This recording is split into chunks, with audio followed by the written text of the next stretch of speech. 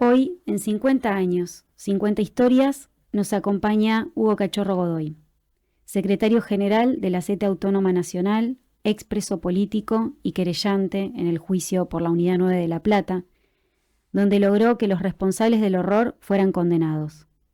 Su voz nos recuerda que la lucha de los trabajadores y la de los derechos humanos son parte de una misma historia. Bienvenido, Cachorro. Hola, gracias por la invitación y por esta iniciativa de 50 años para no solamente hacer ejercicio de la memoria, sino también para proyectar valores hacia una Argentina que hoy los necesita profundamente, ¿no?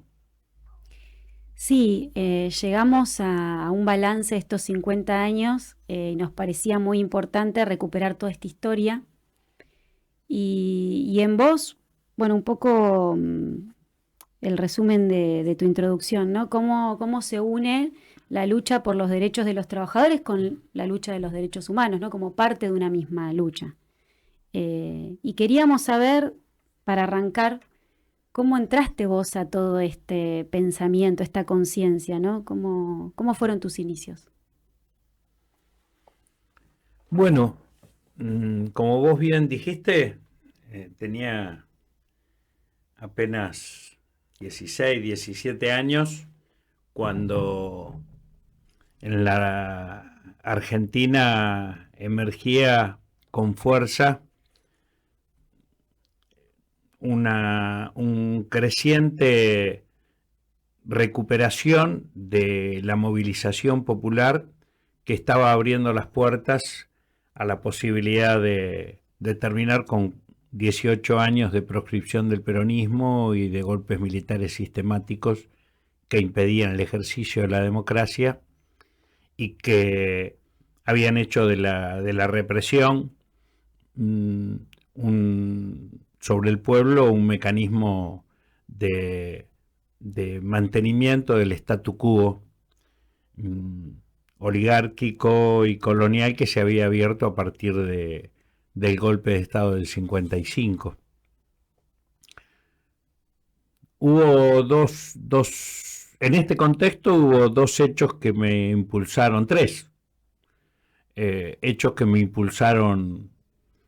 Uno, el interno, más el íntimo, diría, que es el de vivir junto con mi padre de militancia peronista y muy activado en ese año 1972.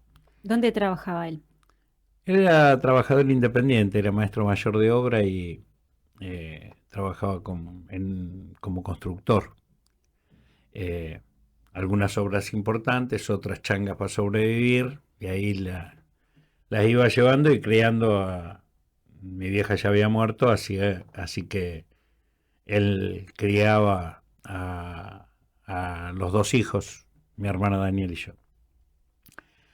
Primero su militancia y bueno, y siempre recuerdo y lo comento, que buena parte de mi aprendizaje político era discutir con él, con los argumentos que me daba el profesor de educación física, de educación cívica de la secundaria, que era muy gorila. ¿De qué colegio?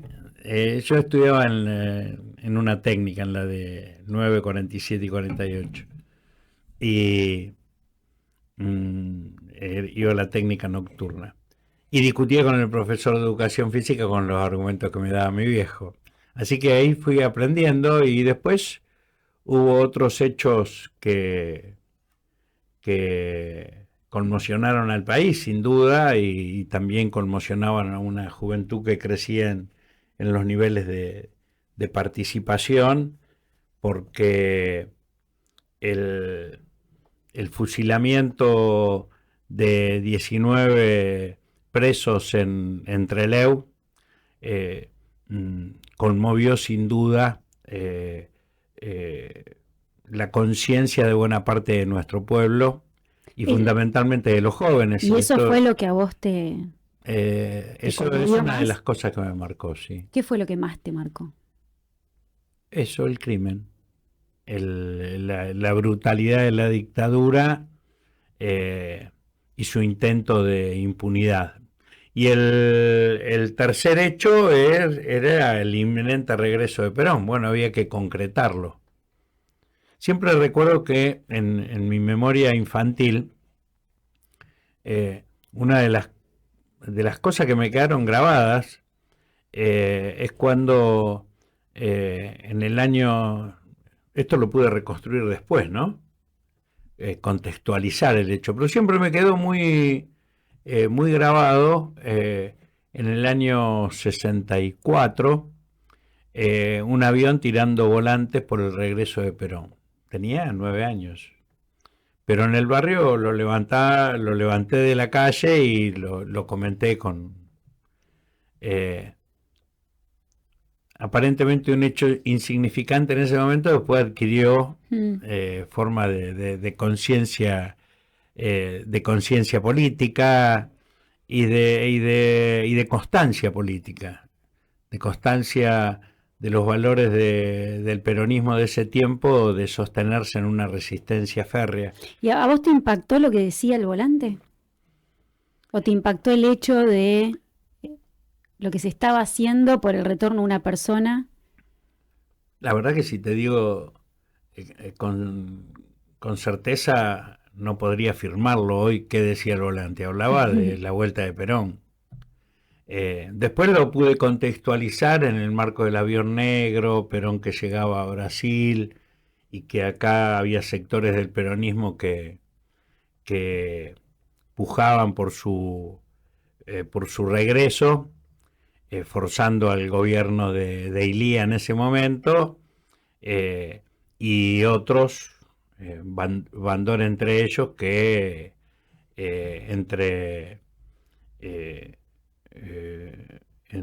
intentaban impedir ese regreso, ¿no? Sectores inclusive del peronismo. Pero bueno, esa es la lectura histórica que con el paso de los años pude enmarcar un hecho de memoria infantil que me perduró en el tiempo.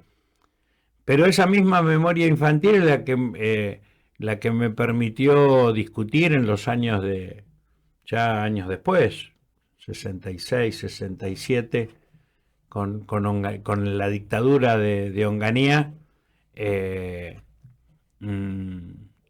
decir, si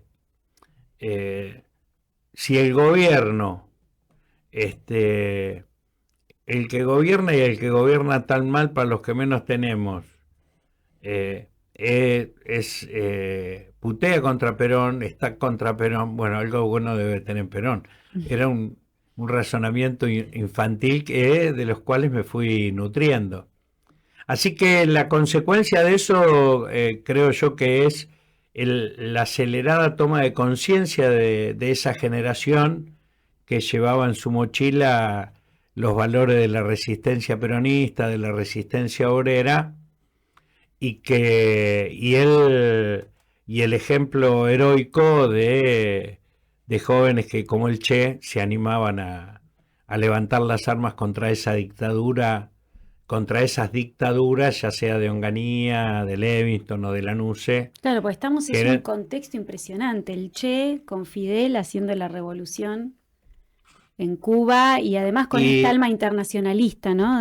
Y en Vietnam enfrentando y venciendo a Estados Unidos, un pueblo que había, el pueblo vietnamita, que había enfrentado y derrotado al imperio francés, que intentó impedir la independencia de esa nación. Lograron la independencia y después vino a Estados Unidos para partirla, construir Vietnam del Norte, Vietnam del Sur y hacer de Vietnam del Sur una base de dominación estadounidense y la rebelión de ese pueblo que no lo permitió y lo venció, y venció a uno de los imperios más grandes de la humanidad en ese tiempo. En esos contextos nos íbamos eh, formando. Y como, bueno, como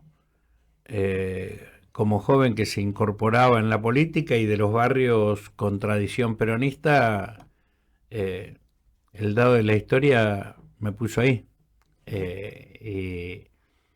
Y el compromiso además era Y 24/7. después había una mujer muy bella que también estaba en la unidad básica, Y una bueno, piba el muy amor, bella. en realidad El amor es siempre el amor en todas sus formas. es el amor por el pueblo Ujú. y es la búsqueda también del amor de joven. Así que sí, todas esas cosas siempre están combinadas y ¿Y cuál fue tu primera agrupación política donde vos ahí... bueno, era la única unidad básica que había en el barrio de Romero. Eh, yo vivía a varios kilómetros de ahí, en lo que hoy es San Carlos. Eh, eh, en ese tiempo el nombre era el barrio del Triunfo. Eh, pero la única unidad básica que había estaba más al fondo en el barrio de Romero, eh, ahí alrededor del hospital, cerca del hospital. Y bueno, y ahí se juntaban todos los grupos peronistas con distintas tendencias de pensamiento, matices, pero estaban todos juntos. Y hay otro recuerdo más que también contextualiza la época, ¿no? Eh, Porque ese lugar donde estaba la unidad básica, que era la casa de, de Mario Monopoly, de la familia Monopoly, un preceptor del Colegio Nacional, eh, bueno, en ese momento era unidad básica, pero años antes era el lugar donde se hacían las actividades culturales, infantiles. Recuerdo cuando era muy pibe haber ido a las kermeses con el palo enjabonado, la bolsa de las carreras de embolsados. Era el lugar donde la búsqueda de mantener la presencia activa, solidaria del peronismo, fundamentalmente con los niños, aunque no era unidad básica, esa práctica estaba. O sea, eh, porque en definitiva eso era la resistencia, ¿no? Resistir en valores, en práctica, en formas de relaciones sociales en el barrio y también en respuesta política que iba desde eh, mm, trabajar para el regreso de Perón, la resistencia a la dictadura, desde la resistencia de Caño a Miguelitos o resistencia armada que iba creciendo ya cuando yo me incorporé a la militancia activa y cuando ya tenía 17 años, que era en este 1972 del que te estoy hablando. ¿Y cómo fue el episodio de cuando te detienen? ¿En qué año? Acá a la vuelta fue. Sí. Conozco la anécdota, me la contó tu amigo Ponce Núñez, no la voy a develar yo, pero si la querés contar vos. Sí, fue acá cerquita, porque acá cerquita donde estamos En la radio, sí, en en el la Centro radio, Cultural Omar Favero. en 117 y 40, acá a la vuelta, eh, mm, una pinza nos intentó detener ahí en diagonal 74 y 115. Pero contextualiza un poco, ¿qué año era y por qué estaban...? Era 1975. Sí. Yo era dirigente de la UES y era dirigente de la UES, era uno de los responsables de las escuelas técnicas. Habíamos organizado los centros de estudiantes y habíamos también promovido diversas reivindicaciones más de derechos de los estudiantes. De hecho, ese año se logra en el mes de septiembre, luego de importantes movilizaciones de los centros de estudiantes, el boleto estudiantil en la ciudad de La Plata. ¿Y vos conocías a Pablo Díaz, a todos los protagonistas de la Noche de los Lápices? A muchos de ellos, sí, sí, sí. A Militaba Claudia. con ellos.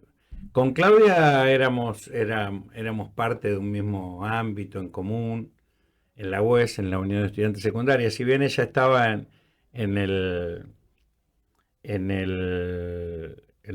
escuela, en la Facultad de Bellas Artes, y en esa escuela, y yo en el industrial, bueno, nos conocíamos de la agrupación política estudiantil. Y bueno, y así como llevábamos adelante reivindicaciones en las escuelas, también llevábamos campañas de acciones, algunas de ellas que lindaban en la legalidad y en la ilegalidad, porque era parte de Montoneros también. Montoneros había pasado en la clandestinidad en ese periodo, producto de que las 3A estaban asesinando a los principales dirigentes de la juventud peronista, de la juventud trabajadora peronista, Claro, y algunos contextualiza. dirigentes históricos, porque el control que había hecho López Rega del gobierno y su principal aliado aquí en la provincia de Buenos Aires era el gobernador Calabró, que a su vez estaba enfrentado a De la UON y estaba enfrentado en una interna con Lorenzo Miguel. Bueno, hacía que toda la interna del peronismo se expresara violentamente. Claro, hay que contextualizar que ya habían luchado por la vuelta de Perón, vuelve Perón, elecciones, gana fórmula Perón-Perón, esto para Dios, pues estamos hablándole también a las nuevas generaciones, pero Perón muere y queda Isabel y López Rega. Así ¿Qué es. pasó qué les pasó a ustedes cuando sucedió ese hecho y todo lo que vino después? Bueno, antes de llegar ahí entonces, antes de llegar al 6 de agosto. 6 de agosto de 1975, 1975. la dirección exacta. Y yo creo que era 40, 116, 117. Acá a la vuelta. Acá a la vuelta. Hay que hacerle la carta astral. ¿Por qué? Porque, bueno, logramos apechugar y enfrentar ese intento criminal de la dictadura de derrotar la resistencia, que fue los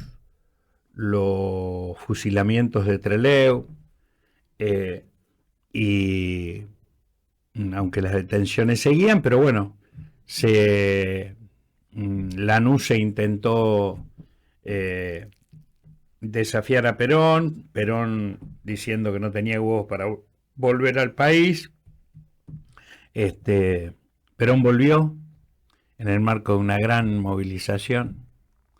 Creo que en ese tiempo fue una de las movilizaciones donde no pude ir porque mi viejo no me dejó ir a Ezeiza porque iba a estar complicado. De hecho fue un día complicado. Y así como no me dejó, debo recordar también que la primera vez que vi llorar a mi viejo fue el 1 de junio de 1974, cuando murió Perón. 1 de julio. Fue la primera vez que vi llorar en mi vida a mi viejo. Qué fuerte. Claro. Bueno, habíamos logrado que Perón vuelva a ganar las elecciones, liberar a los presos políticos, construir la posibilidad de una Argentina donde ya no hubiera más proscripciones, y una Argentina que se abriera al mundo, que recibiera a Allende, que era un presidente socialista en Chile, que recibiera al presidente Ortigoz, que era el presidente de Cuba, que recibiera a Velasco Alvarado, que era un general revolucionario de Perú. O sea, Argentina se integraba en un contexto de importantes luchas a nivel de Latinoamérica. Pero bueno, así como existían estas luchas favorables a los sectores populares, eh, Estados Unidos no quiere dejar el control de su patio El trasero, Plan Cóndor y en y ese March. mismo año en que accede Perón se da el golpe el 11 de septiembre en Chile, posteriormente se da el golpe en Uruguay, a Velasco Alvarado también lo sacan del poder en Perú, eh, y, y Perón, que llega al gobierno el 12 de octubre del año 73 y asume, creo que el 12 de noviembre o en ese tiempo, bueno, no alcanza a estar un año de presidente de la nación, muere y, bueno, y quizás por sus propios errores, quien toma el control es en quien había empoderado, que era su mujer, Isabel Perón, que era la vicepresidenta, y López Rega, que actuaba como el poder detrás del trono, El un monje hombre, negro. el monje negro, que bueno, que fue el creador de las 3A, que fue agente de la CIA. Perón decía que eh, había que saber dónde estaba y tenerlo cerca para que pudieran hacer menos daño. Se equivocó. Funcionó siendo como Este, una especie de caballo de Troya, ¿no? Se equivocó. Fue el caballo de Troya bueno, de las 3A en el Estado peronista, o en el Estado administrado por el peronismo. Y contra eso nos enfrentamos los jóvenes, porque habíamos peleado por otra cosa.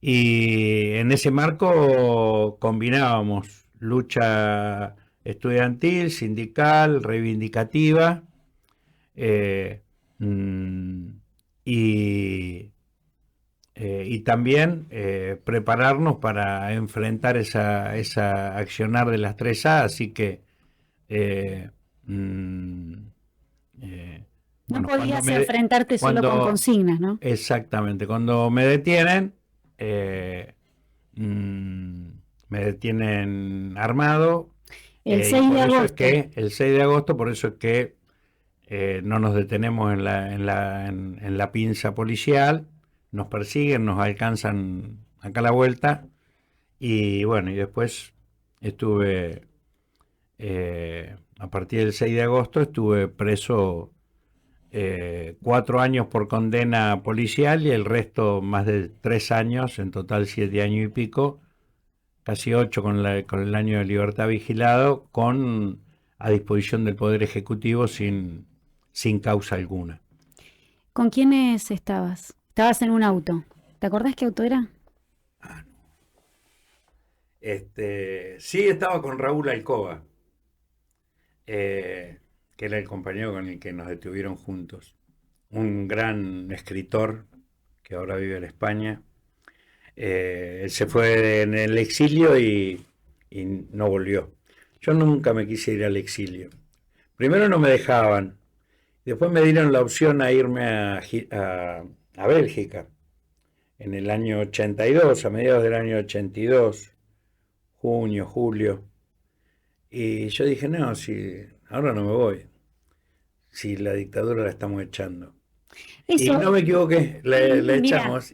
Y poco tiempo después, en septiembre del 82, 7 años y pico de haber sido detenido, la mayoría del tiempo a disposición del Poder Ejecutivo, eh, primero del gobierno de Isabel y después de los gobiernos de la dictadura, eh, mm, me dan la libertad vigilada. Así que estoy varios meses con libertad vigilada, pero como no me interesaba irme del país, antes de que terminara el año 82, en diciembre del 82, abrimos la unidad básica en mi barrio, ahí en el barrio de lo que hoy es San Carlos. Este, volviendo al 6 de agosto, ¿no? Del 75. Cuando vos te detienen, y estabas armado, ¿qué fue lo primero que pensaste?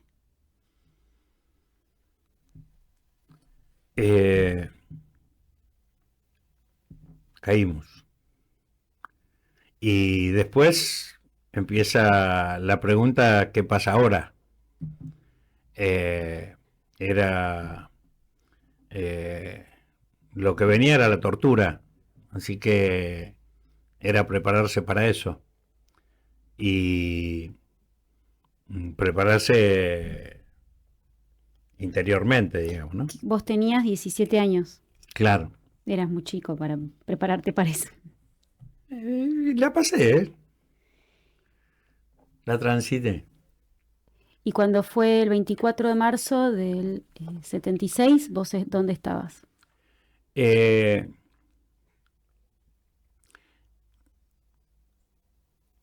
hay una, como militantes nos preparamos para la tortura de manera racional. Estamos en un enfrentamiento, uno no tiene que darle información al enemigo y bueno, y tiene que cuidar a los compañeros y a las cosas que permiten la militancia. Y uno se tiene que preparar para absorber y enfrentar el dolor.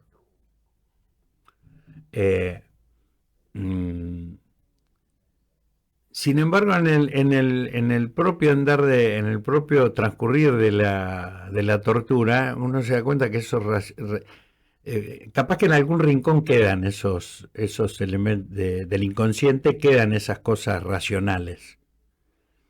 Pero en realidad uno no canta porque quiere, porque el razonamiento que pensaba era cómo voy a mirar de nuevo a la cara a las personas que yo quiero si me quebré en la tortura y denuncié a mis compañeros.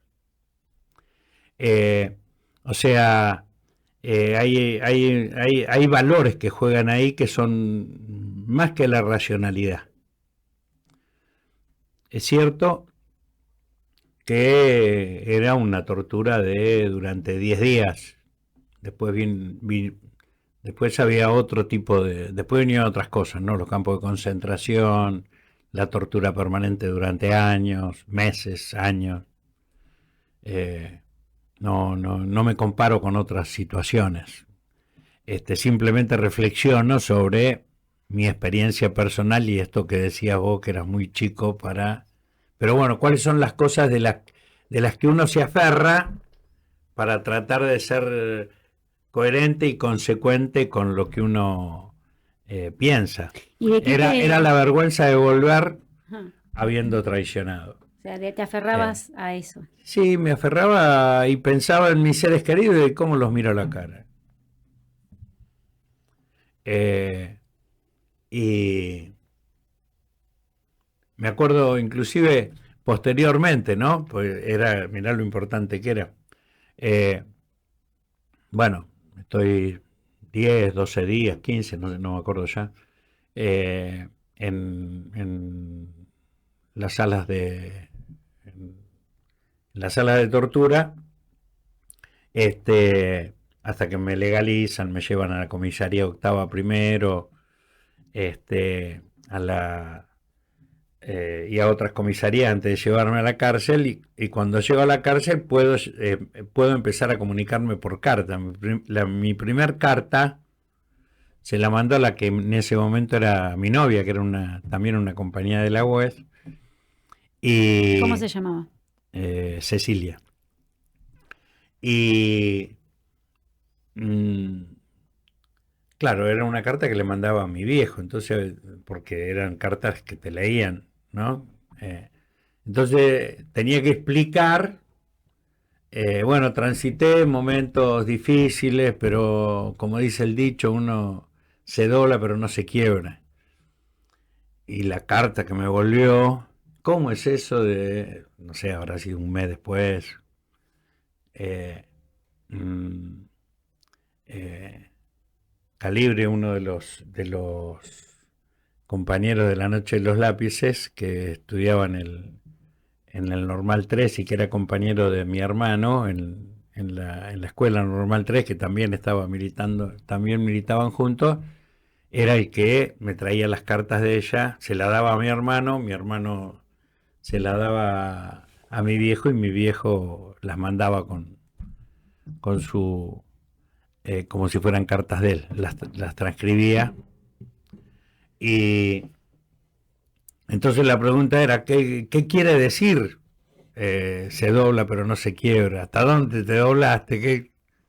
Bueno, por suerte puedo decir que no fue más que eso, digamos, de ese malentendido. Pero son momentos para transitar donde uno apela a otras cosas que no tienen que ver con la racionalidad. Está lo racional, pero hay cosas más que inclusive aparecen sin que uno las conociera de uno mismo, ¿no? Uh-huh. Sí, que tienen que ver con el espíritu, ¿no? Con la esencia. No quiero decir con el instinto, porque el instinto es bien animal. No, el instinto es animal. Pero hay algo más allá, como vos decís, ¿no? Lo vincula a valores. Sí. Que están incluso, por eso yo le llamo espíritu, ¿no? Que está, aunque no supieras que lo tenías, pero sí son valores. Porque eso, digamos, vos estuviste, yo te iba a decir, bueno, zafaste de la dictadura en el sentido de que quizás si hubieras estado afuera, hubieras sido parte de la Noche de los Lápices, ¿no? Pero fueron 7 años de tortura. No zafaste. Sí, pero vos sabés que eso es algo que racionalicé después de la cárcel. Es cierto, si yo caía en una situación similar en el mes de septiembre de 1975 en La Plata, a partir de ahí todas las caídas que hubo fueron crímenes. No hubo presos, no había presos. Los presos volvieron el 24 de marzo. En La Plata estoy hablando,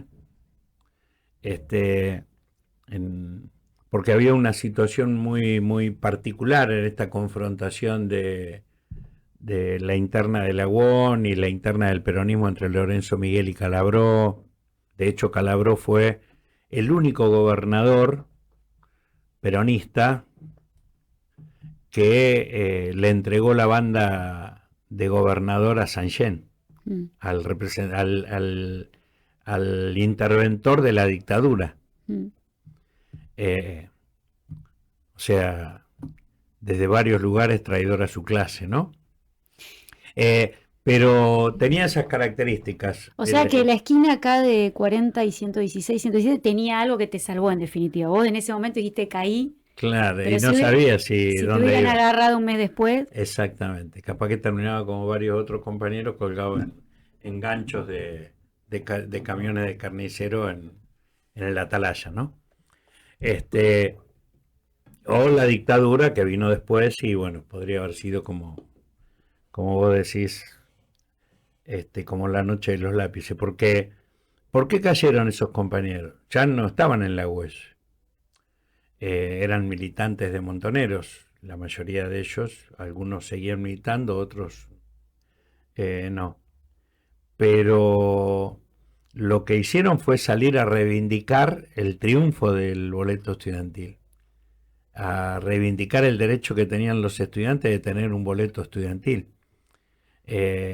Y ya no estaban los centros de estudiantes en las escuelas, porque lo habían prohibido a todos.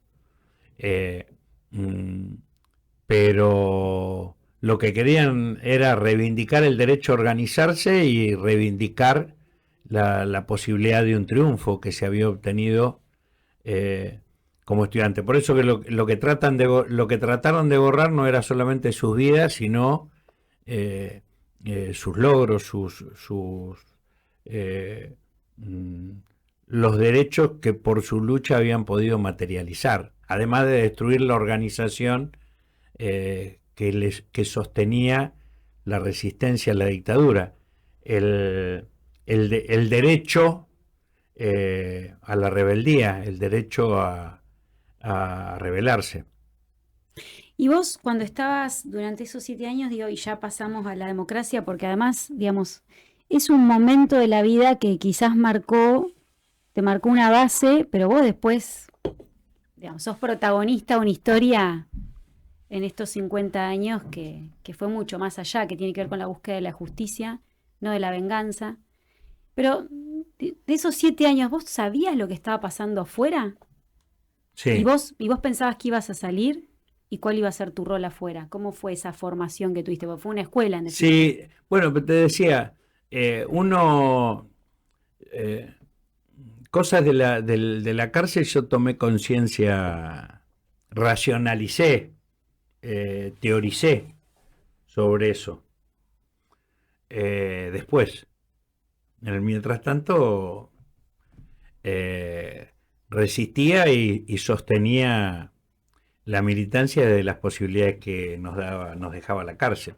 No que nos dejaba, sino los resquicios que nos hacíamos. Porque yo siempre digo que la cárcel es una buena experiencia de vida. 4 meses. Después ya es otra cosa, más pesada de llevar. Claro. y ya deja de ser una buena experiencia para convertirse en una experiencia compleja. Y bueno, hubo un momento,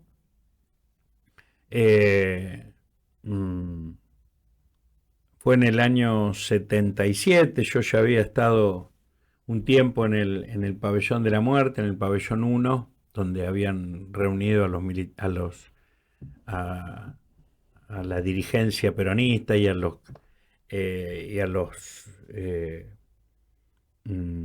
militantes más activos en la cárcel. Como yo había estado en la unidad 9 cuando solamente había 2 pabellones, de 16 solamente había 2 que eran de presos políticos. A partir del 24 de marzo los 16 pabellones pasaron a estar repletos de presos políticos.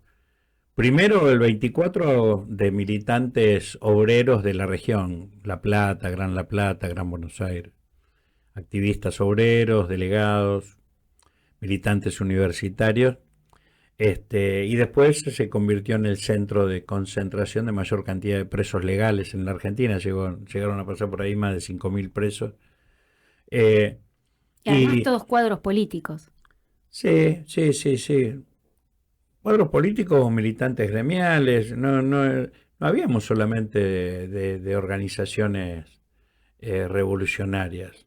Estaba Pérez Esquivel, que no era era un militante de derechos humanos, estaba dirigentes sindicales que no concordaban con organizaciones revolucionarias o organizaciones políticas que inclusive eran parte del gobierno de Isabel,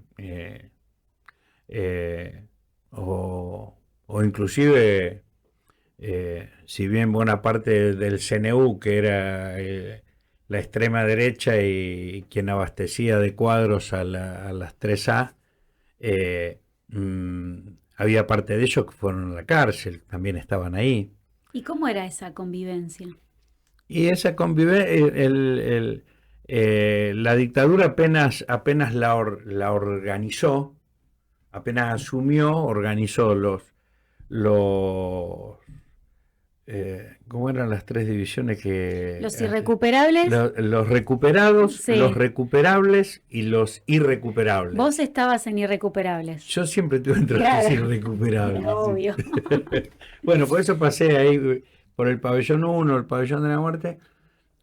que era cuando empezó la represión más dura, a principios del 77, empezaron a sacar y aplicar la ley de fugas, con Pirles, Rapaport, Georgiades, Dardo Cabo, otros compañeros que eran del pabellón 2, que era donde estaban los presos del Parreter.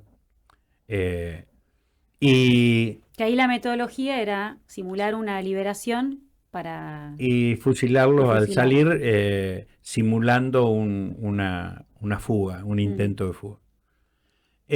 Y también la Pero bueno, represión. ahí ese año Sí, 77 era no solamente esto, sino que era la tortura sistemática, claro. 45 días de buzones, aislamiento, 3 meses sin poder ver los familiares, no tener derecho a cartas. ¿A vos te Este, iban a visitar? claro, mi viejo, Y, mi abuela, mi tía, mi hermano.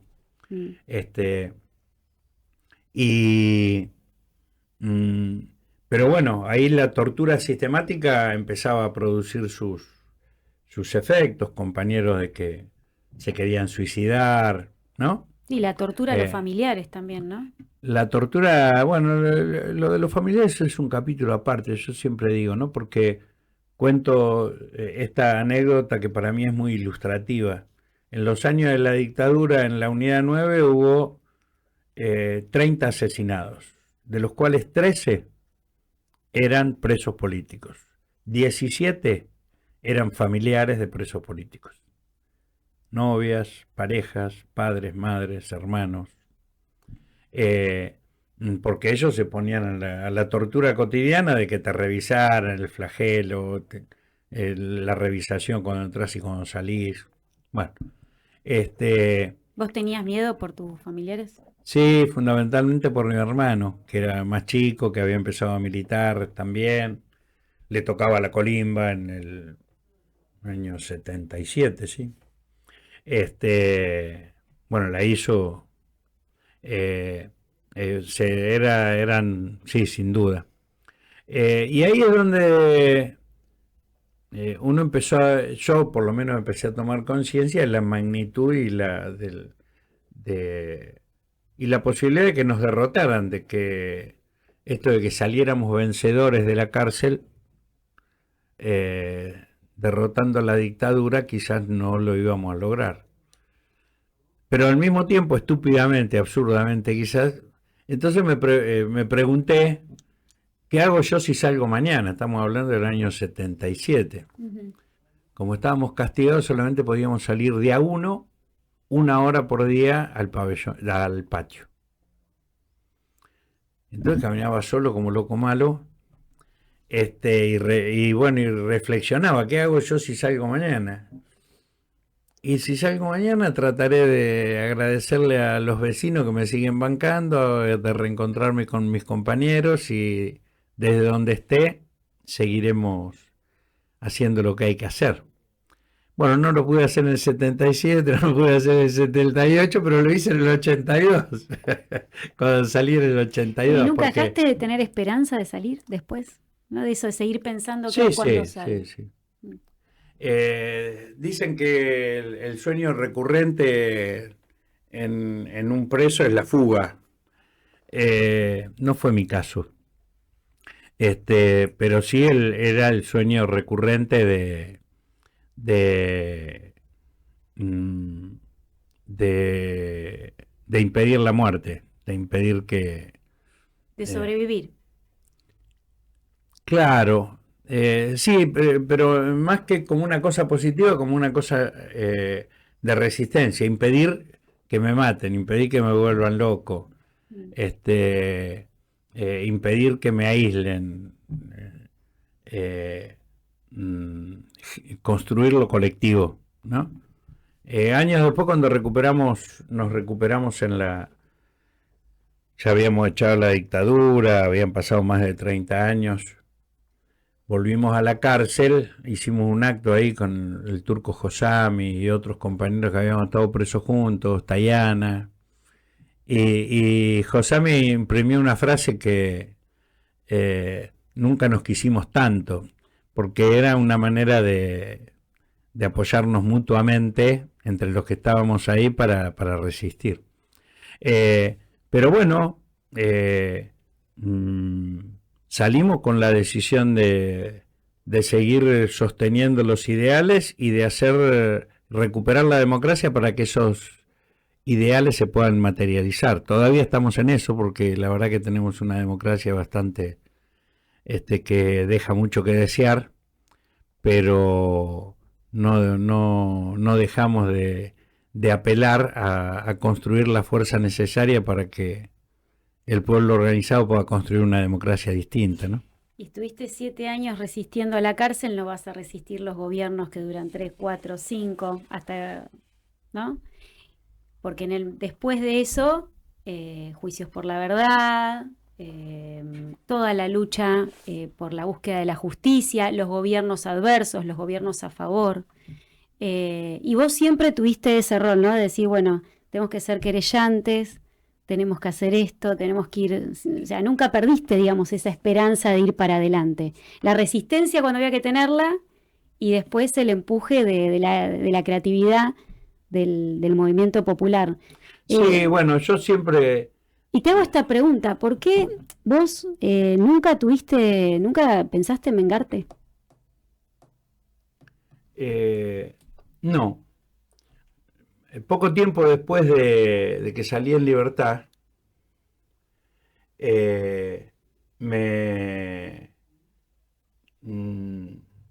no recuerdo si fue del barrio, la organización del barrio, que armamos un campeonato de fútbol. Y íbamos a jugar dentro de este campeonato de fútbol y en el otro equipo había un carcelero.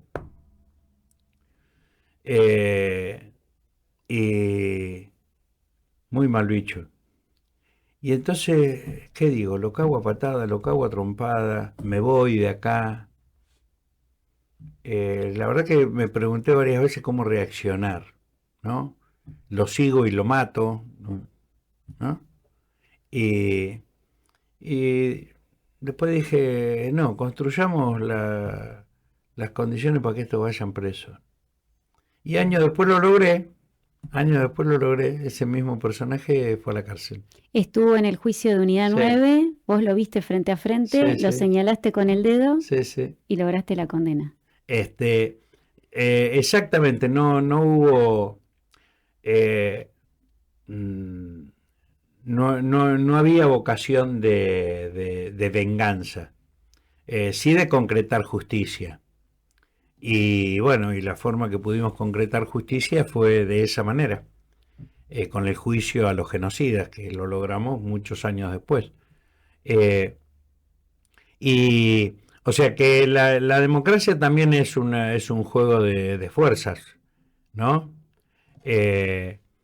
Porque yo no me olvido de que el gobierno del menemismo implantó, de Alfonsín, perdón, implantó primero las leyes de obediencia debida y en Menem el indulto, actitudes vergonzosas del Congreso de la Nación, como el de aprobar en los congresos acuerdos con el Fondo Monetario Internacional, que lo único que hacen es desangrar al país.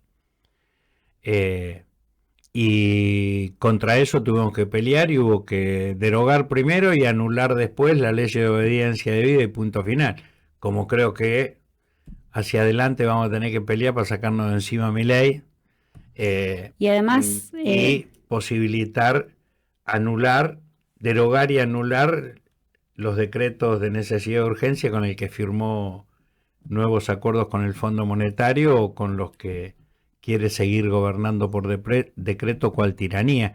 O sea, la democracia es una construcción, ¿no? Y no es un día, es un ejercicio cotidiano de valores de la comunidad.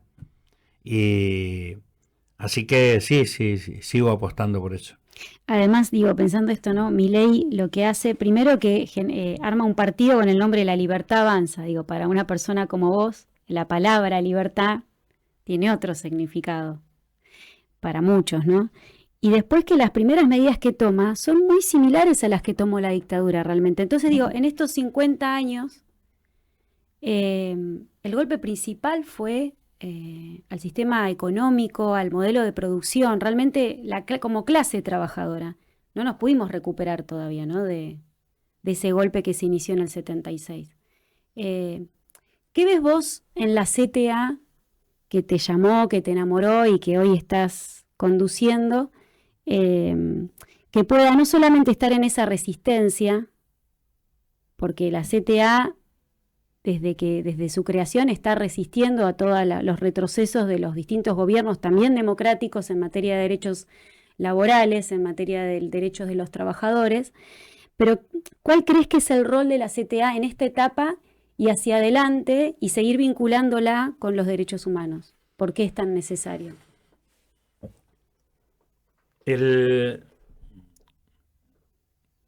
Como te conté, mi militancia está fuertemente vinculada a la identidad obrera, a la identidad de los barrios obreros de la ciudad de La Plata. Y yo siempre pensé mi experiencia en el peronismo como expresión de esa clase trabajadora. Es más, lo que fue mi incorporación a Montoneros en su momento, o a experiencias políticas ya en democracia, post-dictadura, genocida, siempre identifiqué a la construcción política como un instrumento de clase, como un instrumento de organización y de protagonismo de la clase trabajadora.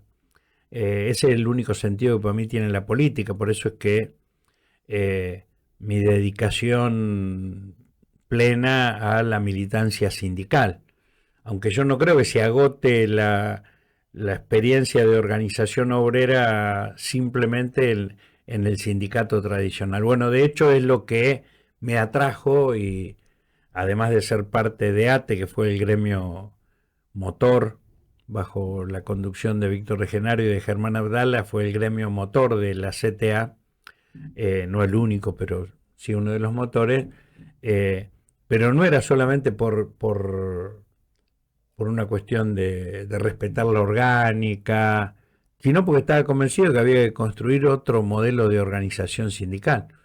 Cuando salgo de la cárcel, una de las agrupaciones que creamos, de la cual soy parte, son las agrupaciones sindicales peronistas, que nos permitió acá en La Plata recuperar la conducción de varios gremios en las primeras elecciones democráticas. El gremio de la UOCRA, la construcción, el sindicato de la carne. ATE. ATE después. Pero bueno, sí, fue parte de esa tarea. Las agrupaciones sindicales peronistas formamos la lista verde. Yo no estaba todavía en ATE.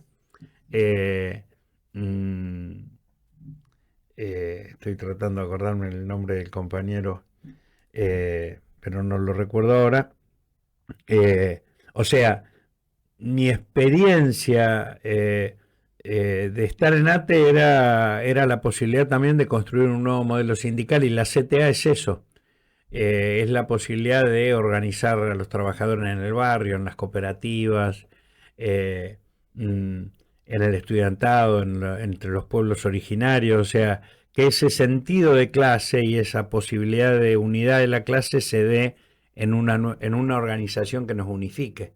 Y ese es el valor que sigue teniendo hoy la CTA, porque si no nutrimos de contenido de clase a la práctica política, es muy difícil que dejemos de ser colonia. Es muy difícil que volvamos a ser una nación soberana si no hay un pueblo soberano consciente de sí y para sí, ¿no? Y eso es, bueno, lo que creo que hay que seguir ayudando, contribuyendo, aportando. Bueno, antes de terminar, quiero decirte, Cachorro, me voy a dar esta licencia. Para mí, de las personas que yo conozco, de los dirigentes políticos, para mí sos lo más parecido a Perón. Digo, yo Perón no lo conocí, no fui contemporánea, pero digo, de los ideales, la estrategia, el pensamiento político, la necesidad de la distribución de la riqueza, que es lo que principalmente está en disputa, la dignidad de la clase trabajadora. No se hablaba de derechos humanos en esa época, pero tiene que ver con los derechos humanos. Y ¿sabes qué pienso en tu papá? ¿No? Esto de que la primera vez que lloró fue cuando murió Perón, y sin embargo, como vos, para tantas personas con todo lo que lograste hacer, saliendo de la cárcel, superando las torturas y todos los desafíos que se presentaron en estos años, sos ese dirigente, ese referente del que tantos se ven y que inspirás, ¿no? A seguir por este camino de la coherencia. Bueno, gracias. Vos me preguntaste y yo no te contesté este vínculo entre derechos humanos y sindicatos, práctica sindical. Pareciera que eso tiene una respuesta simple. El trabajo es un derecho humano. El derecho a una distribución justa de la riqueza es un derecho humano, porque de última, la distribución de la riqueza es un mecanismo de reproducción de la fuerza de trabajo también. El problema es que esa fuerza de trabajo, ¿para qué se aplica? Si se explota para la riqueza de unos pocos o se utiliza como fuente de riqueza de una sociedad más equilibrada. Pero bueno, no es tan, como la realidad es contradictoria, esto que parece una respuesta simple no lo es. Mucho más en la Argentina, cuando en los años de la dictadura, y por eso hablamos de dictadura cívico-militar, me parece que fue un acierto conceptual, porque los primeros años de democracia en la Argentina, con Alfonsín, era la dictadura militar, era los malos, los militares, lo antimilitar. Y eso terminó siendo una buena excusa no solamente para hacer creer que lo contrario de los militares era la clase política y que la única forma de participación política son los partidos políticos, o sea, un concepto de cómo organizar la democracia, sino que sirvió y es funcional a destruir la capacidad de defensa nacional y a debilitar el país para que las estrategias militares en nuestros países, porque no es solamente para Argentina, se definieran en Estados Unidos. O sea, se desarmó al país. Con esa excusa se desarmó al país. Y se desarmó desde el punto de vista de la defensa y se lo desarmó también desde el punto de vista científico-tecnológico, porque toda la industria de producción para la defensa es también, como las universidades públicas, instrumentos de construcción científico-tecnológica de conocimiento propio de los pueblos y soberanos. Entonces fue un acierto conceptual esta idea de vincular hablar de dictadura cívico-militar, porque además era una manera de recordar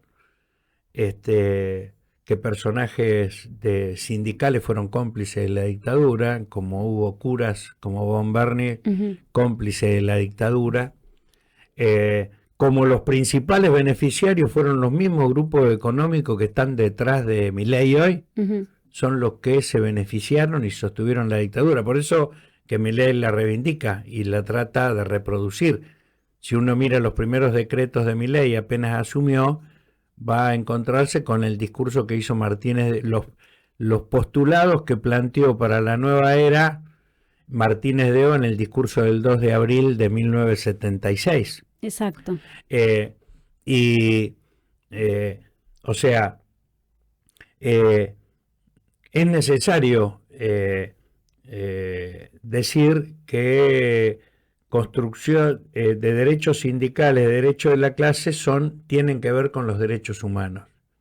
Hay que explicarlo, porque hay gente que trata de desvirtuar esto de manera permanente. En algún momento, desvirtuándolo como que los derechos humanos eran solamente un problema de las víctimas, que sufrieron los excesos de la dictadura militar, separarlo de los derechos de los trabajadores, que son derechos laborables. No, derechos humanos de una sociedad y derechos de la clase trabajadora tienen que ver con los derechos de un pueblo para construir los valores y los sustentos de una sociedad más equitativa, más solidaria, más soberana. Y entonces permanentemente hay que trabajar con esto. Yo estoy muy orgulloso, siempre lo cuento esto, siempre que puedo, porque yo con los años, después que empecé a militar en ATE y llegué a la conducción de la provincia de Buenos Aires, después de ser delegado, porque pasé por todas, ¿no? Me afilié y el secretario general me desafilió, porque se enteró quién era, entonces dije, este me va a hacer la competencia. Dijo, este es irrecuperable. Este es irrecuperable. Después, años después, tenía razón, le ganamos las elecciones. Pero bueno, tuve que pasar por afiliarme, reafiliarme porque me habían desafiliado, elegirme delegado, ser delegado, elegir otros delegados, después ser dirigente de la provincia, y cuando era dirigente de la provincia, cuando era delegado, me encontré con un compañero en la cárcel, misionero, Julio Gómez. Estábamos juntos en el pabellón 13. Rebobinando, me di cuenta que en una de las reuniones que hacíamos, los presos, porque así nos manteníamos, reuniéndonos, compartiendo la comida, compartiendo lo que nos traían los familiares, compartiendo los libros, las revistas, compartiendo anécdotas y saberes.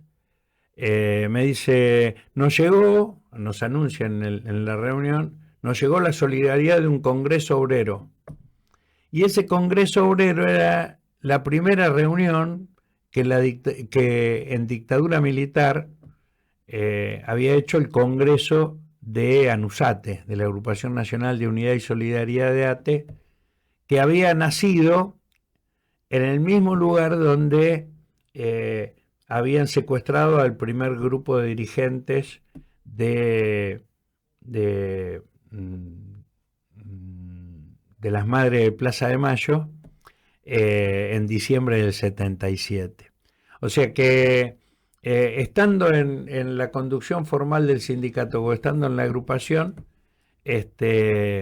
la lucha sindical y la lucha de derechos humanos para nosotros, para quienes pensamos el derecho de la clase trabajadora como el derecho de un pueblo y no como un derecho corporativo, fue parte de nuestra práctica. Así que no te había contestado eso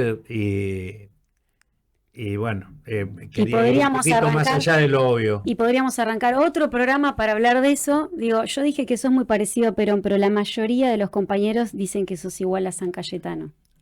Porque te la pasás dando trabajo. O sea, alguien se reúne con vos y Cachorro te da trabajo. Bueno, gracias por haber estado hoy acá. Para nosotros esta entrevista es muy, muy importante.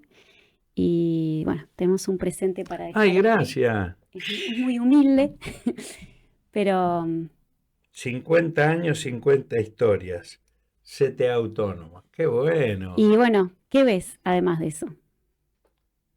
Un sol.